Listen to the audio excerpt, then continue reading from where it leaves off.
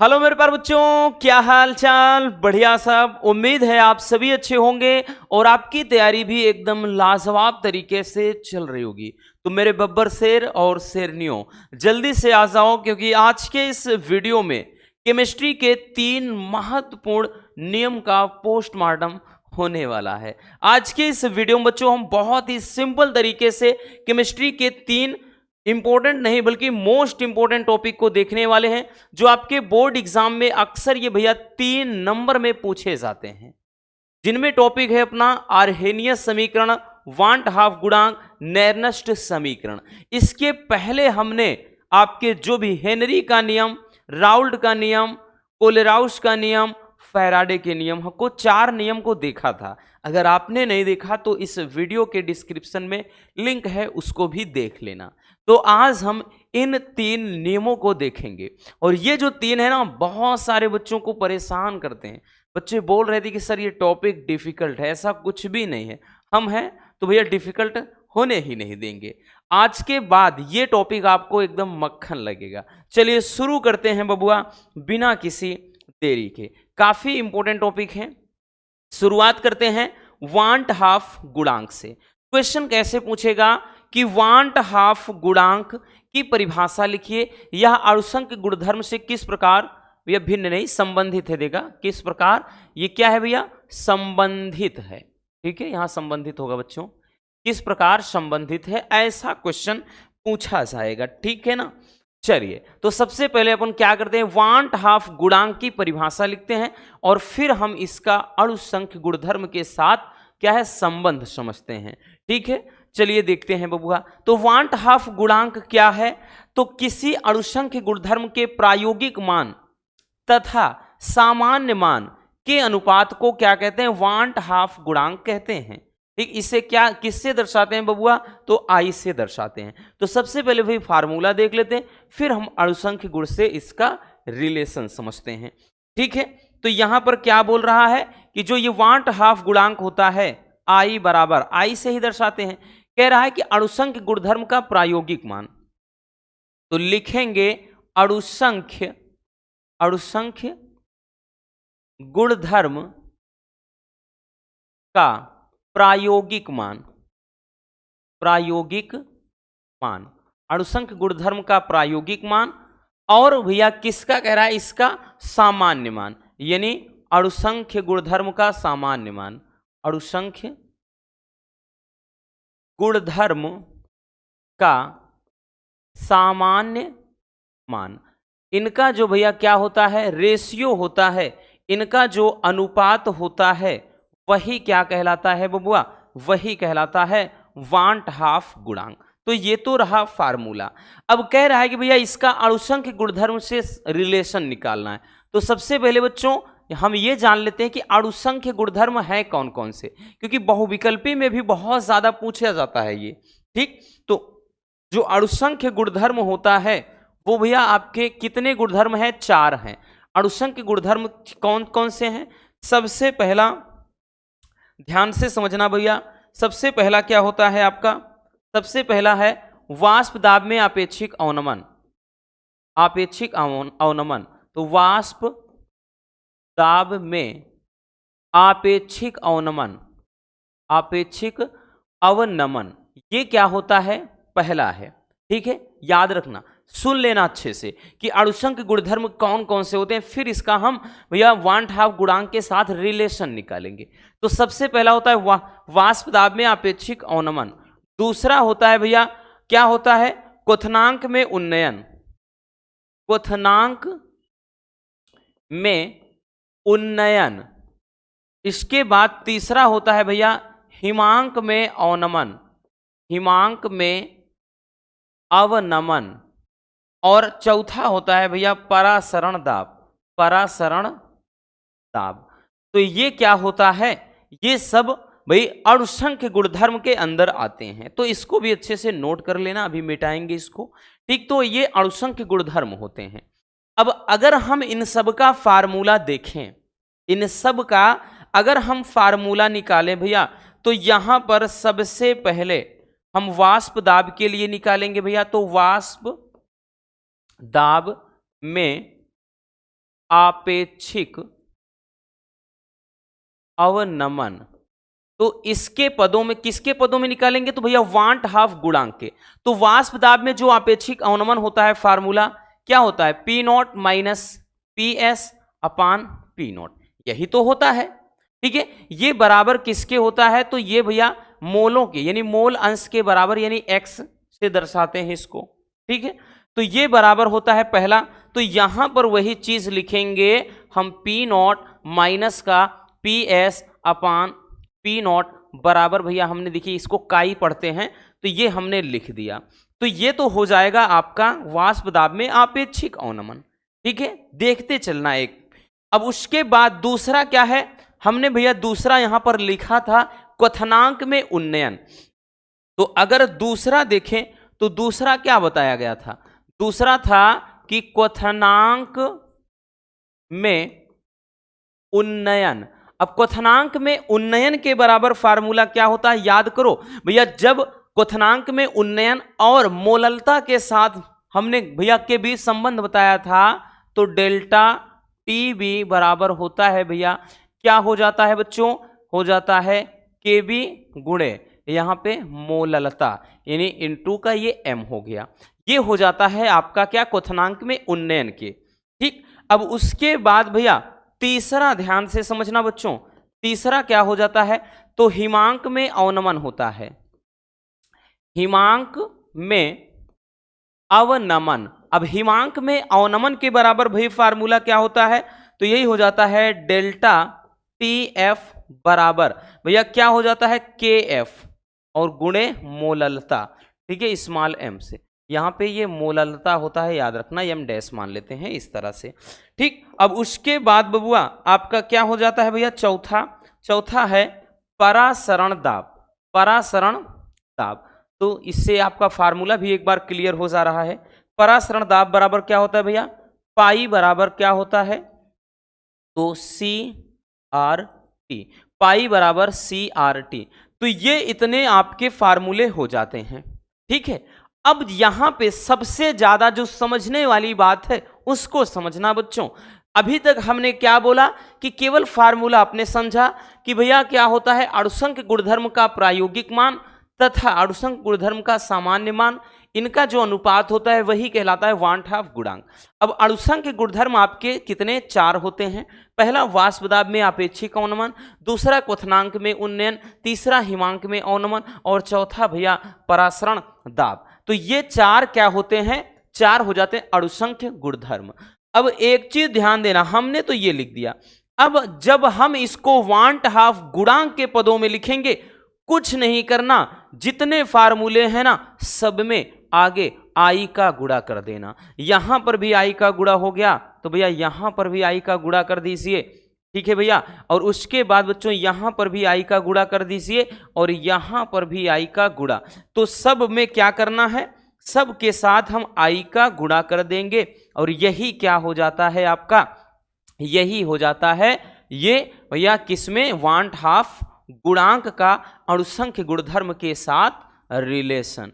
ठीक है ना? आसान मजेदार भैया है ना टॉपिक? आपको बिना मतलब का उलझ जाते हो कि ये मुश्किल है, कठिन है, ऐसा है वैसा है, और कुछ भी नहीं। तो जितने अणुसंख्य गुणधर्म हैं हमने उनको देखा, कुछ नहीं करना, सबके आगे आप आई लगा देंगे तो वो वांट हाफ गुणांक के पदों में हो जाएगा। ठीक है, तो ये हो जाता है आपका वांट हाफ गुणांक। और ये भैया सारे के सारे ये जो चारों हैं ये अणुसंख्य गुणधर्म के साथ इसका क्या है? संबंध है। तो चलिए बबुआ जल्दी से इसको स्क्रीनशॉट कर लीजिए।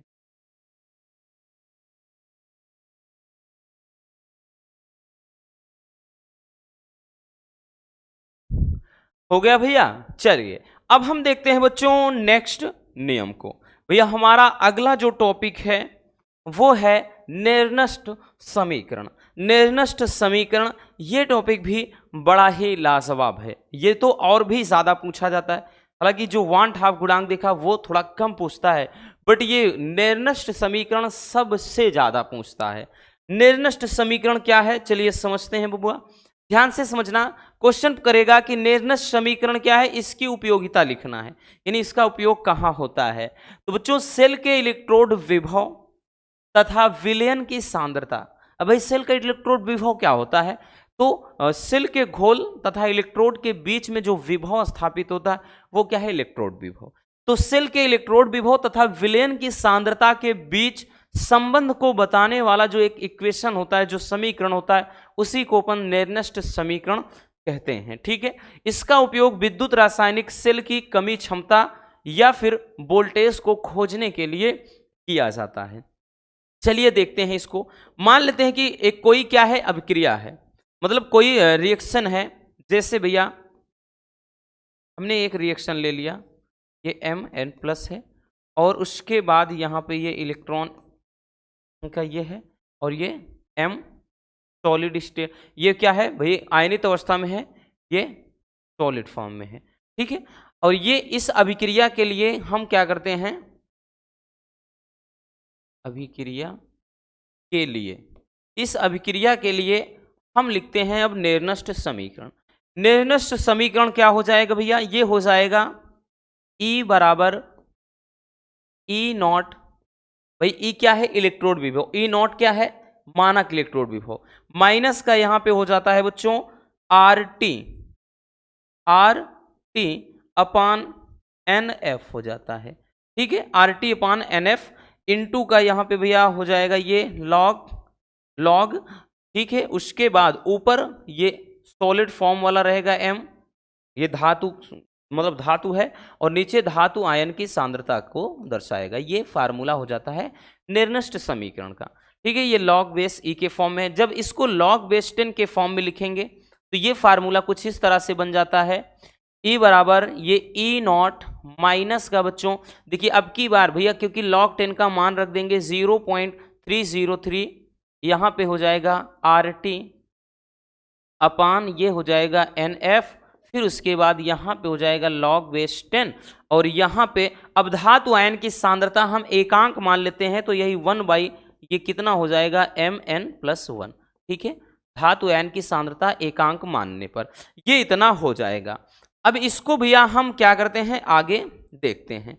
आगे बच्चों अगर ध्यान से समझिएगा, तो अगर हम सबके मान रख दें, मतलब किसके मान, सबके मान रख दें, जैसे R क्या है भैया, गैस स्थिरांक, इसका मान कितना रख दें, 8.314, इतना रख दें किसमें, तो भैया ये रख दें जूल प्रति, ये केल्विन प्रति मोल।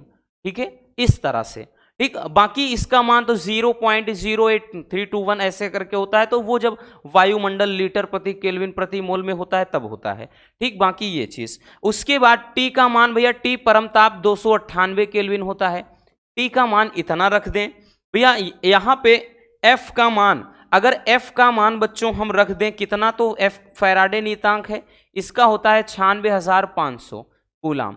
अगर सब मान रख दें, ठीक, कूलाम प्रति ये मोल में रहेगा, इतना सब मान अगर यहां पर रख दिया जाए, तब आपका जो समीकरण है ये कुछ इस कदर बन जाता है, E बराबर E0 माइनस का भाई ये हो जाएगा 0.0591 अपान केवल और केवल n हो जाएगा।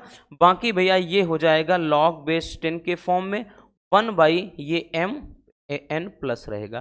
ठीक है, ये हो जाएगा आपका क्या चीज, नेर्नस्ट समीकरण, या इसी को नर्स्ट समीकरण कहते हैं। ठीक है, तो ये वाला आपके न्यूमेरिकल के लिए बहुत ज़्यादा फायदेमंद है, क्योंकि वहाँ पर आपको ये सब झंझट करना होगा नहीं, तो आप डायरेक्टली भैया ये सारा मान जब रखेंगे तो ये कट पीट कर पूरा इतना बनेगा। ठीक, अब सबसे ज़्यादा जरूरी जो नेर्नस्ट समीकरण में होता है बच्चों, वो सबका मतलब है। सबका मतलब जानना बेहद ज़रूरी होता है, क्योंकि कभी कभार इसको 2 नंबर में पूछ लेता है कि नेर्नस्ट समीकरण को उपयुक्त प्रतीकों के साथ लिखना है। ठीक है, तो अब भाई हम सबका मतलब लिख देते हैं बबुआ। ठीक है, कि यहाँ पे देखिए E क्या है, ठीक, उसके बाद भैया E0 क्या है, फिर उसके बाद यहाँ पे R क्या है, ठीक है, फिर T क्या है, T के साथ भैया नीचे देखेंगे तो ये N क्या है, फिर F क्या है, उसके बाद यहाँ पर भैया ये जो N जो प्लस है ये क्या है। ठीक, तो सब का मतलब जानना बेहद जरूरी है, ये सबको लिखना होगा। ठीक, अब देखते हैं बच्चों, सबका मतलब हम लिख देते हैं भैया, कौन क्या है। ठीक, तो देखिए जो ई है इसको बोलते हैं, ये है इलेक्ट्रोड विभव। क्या है? इलेक्ट्रोड विभव। ई नॉट क्या है? तो इसको बोलते हैं मानक इलेक्ट्रोड विभव। मानक इलेक्ट्रोड विभव क्या हो जाएगा भैया? मानक इलेक्ट्रोड विभव।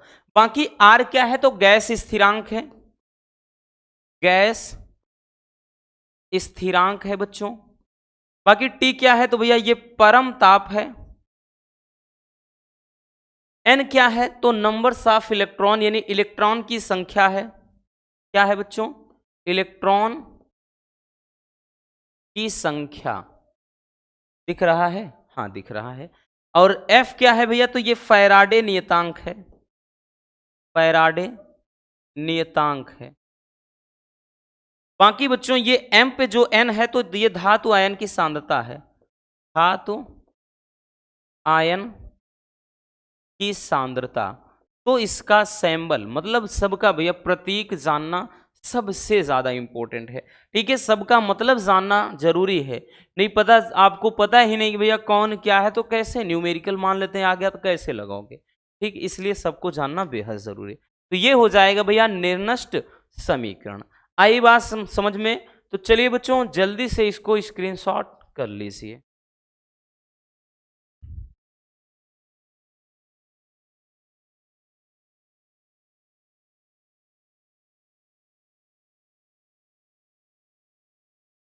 हो गया ना भैया? चलिए आगे चलते हैं बच्चों। हमारा नेक्स्ट टॉपिक क्या है? आर्हेनियस समीकरण। अब ये थोड़ा लेंदी है बट बड़ा ही प्यारा सा टॉपिक है। आर्हेनियस समीकरण की व्याख्या आपको करना है। देखिए आर्हेनियस समीकरण को कई तरीके से पूछेगा। बोल देगा कि आर्हेनियस समीकरण क्या है, ग्राफ पर इसको व्यक्त कीजिए। या आर्हेनियस समीकरण को बोल देगा भैया कि जो अंतःखंड के लिए फार्मूला होता है उसमें व्यक्त करना है। या फिर कह देगा इसको y बराबर mx प्लस सी के रूप में प्रेजेंट करिए। तो भैया आप मतलब किसी भी तरीके से क्वेश्चन कर सकता है। आर्हेनियस समीकरण क्या है सबसे पहले ये जान लेते हैं। तो भैया देखिए आर्हेनियस ने समांगी गैसीय विक्रियाओं में ताप परिवर्तन के कारण वेग स्थिरांक यानी जो k होता है में होने वाले परिवर्तन को एक समीकरण के द्वारा व्यक्त किया या दर्शाया, जिसे आर्हेनियस समीकरण कहते हैं। ठीक है, क्योंकि आर्हेनियस वैज्ञानिक ने ही इसको देखा था, मतलब क्या किया था। ठीक है, तो इसीलिए आर्हेनियस समीकरण नाम रख दिया। अब देखिए आर्हेनियस जो समीकरण होता है वो होता क्या है? तो भैया आर्हेनियस समीकरण होता है के बराबर होता है भैया a इंटू ई के पावर माइनस का ई ए अपान आर टी। तो ये हो जाता है आपका आर्हेनियस समीकरण। ठीक, आर्हेनियस क्या हो जाता है बच्चों? समीकरण हो जाता है। ठीक है ना, क्या हो जाता है? आर्हेनियस समीकरण। अब इसको अगर जरा गौर से देखो भैया, यहाँ पे सबके सैंबल जान लेना जरूरी है। फिर उसके बाद फिर हम क्या करेंगे, इसका पूरा व्याख्या करेंगे। ठीक है, क्योंकि इसको लघुगणकीय रूप में व्यक्त करेंगे। अगर लॉन्ग में पूछेगा 3 या 4 नंबर में तो लघुगणकीय रूप ही पूछेगा। आर्हेनियस समीकरण को लघुगणकीय रूप में व्यक्त किया। तो सबसे पहले ये अगर 2 नंबर में पूछेगा तो डायरेक्टली समीकरण क्या है केवल ऐसे लिख देना है। ठीक, सब कुछ जान लेते हैं बच्चों। के क्या है, ए क्या है, ई ए क्या है, आर टी था यहाँ पे, आर नहीं। उसके बाद भैया यहाँ पे पूछेगा कि आर क्या है, फिर टी क्या है। तो भैया सब जानना बेहद जरूरी है ना बच्चों। देखिए के क्या है, तो इसको बोलते हैं वेग स्थिरांक। क्या है? वेग स्थिरांक है। बाकी बच्चों ये ई की पावर, ये ई ए आर टी। देखिए ए क्या है, तो ए क्या है, तो यहां पर आवृत्ति गुणांक है। क्या है? आवृत्ति गुणांक या आर्हेनियस गुणांक भी कह सकते हैं। ई ए क्या है? सक्रियण ऊर्जा है। क्या है भैया? सक्रियण ऊर्जा है बच्चों। बाकी आर क्या है, तो भैया इसके पहले भी आपने देखा गैस नियतांक है या गैस स्थिरांक। और उसके बाद टी क्या है भैया? ये परम ताप है। ठीक, तो ये तो रहा बच्चों आपका आर्हेनियस समीकरण। अब इसको हम क्या करेंगे, लघुगणकीय रूप में पूरा व्यक्त करेंगे। तो एक बार सबसे पहले आप इतना स्क्रीनशॉट कर लीजिए, ठीक है। हम साइड हट जा रहे हैं। हो गया ना बच्चों, इतना कर लिया। अब भैया देखिए, अब हम इसको क्या करेंगे, लघुगणकीय रूप में व्यक्त करेंगे। तो यहां पर लिखेंगे, क्या लिखेंगे, तो हम लिखेंगे भैया लॉग लेने पर, लॉग लेने पर। अगर लॉग ले लेते हैं तो अब देखिए क्या हो जाएगा, ये हो जाएगा भैया लॉग के बराबर, ये हो जाएगा भैया लॉग ए इंटू ई के पावर माइनस का ये ई ए अपान आर टी, ठीक है। अगर देखें, एक फार्मूला होता है बबुआ, एक फार्मूला ये होता है कि जब लॉग एम रहे गुणे एन रहे, इसी फॉर्म में है, इसको एम मान लीजिए, इसको एन मान लीजिए, लॉग एम गुणे एन बराबर होता है log M plus log N, ठीक है। इस तरीके से ये एक फार्मूले की तरीके से याद रखना। तो ये क्या हो जाएगा भैया, इसको हम लिख देंगे क्या बच्चों, ये हो जाएगा लॉग बेस, ये ई रहेगा के बराबर, ये लॉग बेस ई, ये ए हो जाएगा, और प्लस का भैया ये हो जाएगा लॉग बेस ये ई हो जाएगा, ये ई की पावर, ई के पावर माइनस का हो जाएगा ई ए अपान आर टी। इतना हो गया, यहां तक तो कोई दिक्कत नहीं होनी चाहिए। अब यहां से भी आपका एक मतलब नया फार्मूला बन रहा है, लॉग एम की घात एन, क्या बन रहा है, लॉग एम की घात एन, क्योंकि इसको ई को एम मानिए, इसके घात ई ए अपान आर टी है, क्योंकि इसके बराबर में नहीं, देखिए घात में है। तो भैया जब भी ऐसा होता है ये वाला आगे आ जाता है एन लॉग एम, तो लॉगरिथम का थोड़ा रोल जानना जरूरी है, ठीक है। तो भैया यहां पर हम फार्मूला लिख दे रहे हैं बच्चों, ताकि आपको कोई दिक्कत ना हो। तो भैया हमने बताया ना कि जब फार्मूला लिख देते हैं, जैसे यहाँ पे लिखेंगे, क्योंकि अब लिख देंगे कि लॉग एम की पावर अगर एन हो तो ये एन आगे जाता है, एन लॉग एम, ये फार्मूला हो जाता है, ठीक है। तो अब इसको हम आगे किस तरह से व्यक्त करेंगे, चलिए देखते हैं।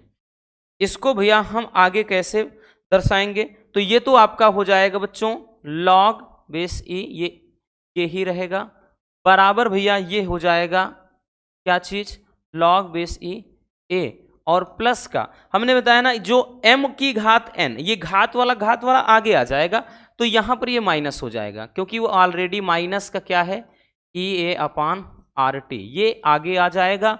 फिर यहां पर क्या बच जाएगा, केवल लॉग बेस ई और यहां पे ई। अब देखिए जब भी ऐसे समान हो, तो जैसे इस तरह से लॉग बेस 10 है और यहाँ 10 है, बराबर एक ही होगा, लॉग यहाँ पे m है, यहाँ पर m है, बराबर एक ही होगा। फिर लॉग बेस यहाँ e है, यहाँ पे e है, मान एक ही होता है, ठीक है। तो इस तरह से भैया जैसे यहाँ पर है लॉग e है और यहाँ a, तो इसका मान एक ही हो जाएगा, ठीक। तो यहाँ पर भैया है तो लॉग बेस जब 10 में बदल देंगे, एक लाइन एक्स्ट्रा लिखने से कोई मतलब है नहीं, तो ये लॉग बेस 10 ये हो गया k आपका, और बराबर भैया ये लॉग बेस 10 हो गया ये a, और माइनस का बच्चों ये ई ए अपान भैया क्या हो जाएगा 2.303 आर टी हो गया, ठीक है। ये इतना हो जाएगा। अब इसको थोड़ा और सही से लिख देते हैं, ठीक है, सही से लिख देते हैं। तो सही से अगर हम लिख देंगे भैया तो ये हो जाएगा कितना, लॉग बेस 10 ये के हो गया, इसको आगे लाते हैं तो माइनस का ये ई ए अपान ये 2.303 आर हो गया, ठीक है। इसको ऐसे रहने देते हैं, 1 अपान ये टी इतना हो गया, और प्लस का ये कितना बचा है, तो भैया ये हो गया है लॉग बेस 10 ए। अगर अब देखें भैया यही क्या हो जाता है आपका आर्हेनियस समीकरण का लघुगणकीय रूप, लॉगरिथम फॉर्म। अब इसको हम किसमें व्यक्त करेंगे, y बराबर एम एक्स प्लस सी में, ठीक। अब इसको लिखेंगे भैया, लिखेंगे कि y बराबर एम एक्स प्लस सी के रूप में व्यक्त करने पर, क्या करने पर, व्यक्त कर देंगे, व्यक्त करने पर। जब व्यक्त करेंगे ना भैया, अब इसको देखिए हम ग्राफ पे बनाएंगे, तो यहां पर भैया हम ग्राफ खींच लेते हैं। अब ग्राफ खींच लेते हैं, ये ढलान हो जाएगा इसका। अब देखें जरा, तो ये क्या होता है, एक्स अक्ष, ये क्या होता है, वाई होता है, ठीक है। अब इसको देखें तो भैया अगर हम इनको व्यक्त करेंगे ग्राफ पर, ग्राफ पर जब व्यक्त करेंगे बच्चों, तो वाई, वाई ये वाला है, तो वाई वाला जो है लॉग ये के, ठीक है, तो ये लॉग बेस 10 और ये क्या है, के वाला हो गया। वाई बराबर एम क्या है, तो भैया एम ढलान होता है, ढलान है क्या, माइनस का ई ए अपान इतना, तो भैया ढलान क्या है, माइनस का ई ए अपान 2.303 आर है, ठीक है, एम हो गया। फिर उसके बाद एक्स, ये एक्स के स्थान पे है तो ये एक्स अक्ष वाला ये है, तो 1/t हो गया एक्स, और प्लस का ये वाला सी अब बच गया। सी क्या है, अंतःखंड होता है, सी क्या होता है, अंतःखंड, तो भैया अंतःखंड क्या है, अंतःखंड क्या है, तो अंतःखंड हो जाएगा बबुआ log base 10a, log base 10a, ये हो जाएगा अंतःखंड। तो ये आपका भैया क्या, y बराबर mx प्लस सी के रूप में हमने इसको व्यक्त कर दिया। तो ये क्या होता है, आर्हेनियस समीकरण। आई बात समझ में, बहुत ही सिंपल सा है, टेंशन नहीं लेना, मजे में सीखते चलना है, ठीक है। तो ये हो जाएगा भैया आर्हेनियस समीकरण। हो सकता है आपको लगे कि हाँ थोड़ा डिफिकल्ट है, बट एक्चुअल में ऐसा कुछ भी नहीं है, ठीक, कुछ नहीं किया भैया, हमने केवल लॉग ले लिया है। लॉगरिथम रूप, अगर लॉगरिथम अगर आपने पढ़ा है लघुगणक, ठीक, 9th में, तो आपको आसान लगेगा। नहीं भी पढ़ा है डोंट वरी, क्योंकि हर जगह भैया कहाँ कौन सा फार्मूला हो रहा है वो हमने लिख दिया है, ठीक है। चलिए जल्दी से इसको भी स्क्रीनशॉट कर लीजिए।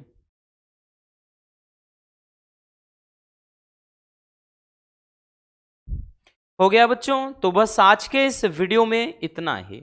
उम्मीद है मेरे प्यारे रसगुल्लों को आज की ये क्लास काफ़ी ज़्यादा पसंद आई होगी। अगर वीडियो पसंद आई हो तो प्यार से लाइक ज़रूर कर देना, और नए हैं तो चैनल को सब्सक्राइब ज़रूर कर लीजिए। मिलते हैं किसी और ऐसे शानदार टॉपिक के साथ। Love you, bye bye, take care. और हाँ, एक प्यारा सा कमेंट बॉक्स में छोड़ दीजिएगा।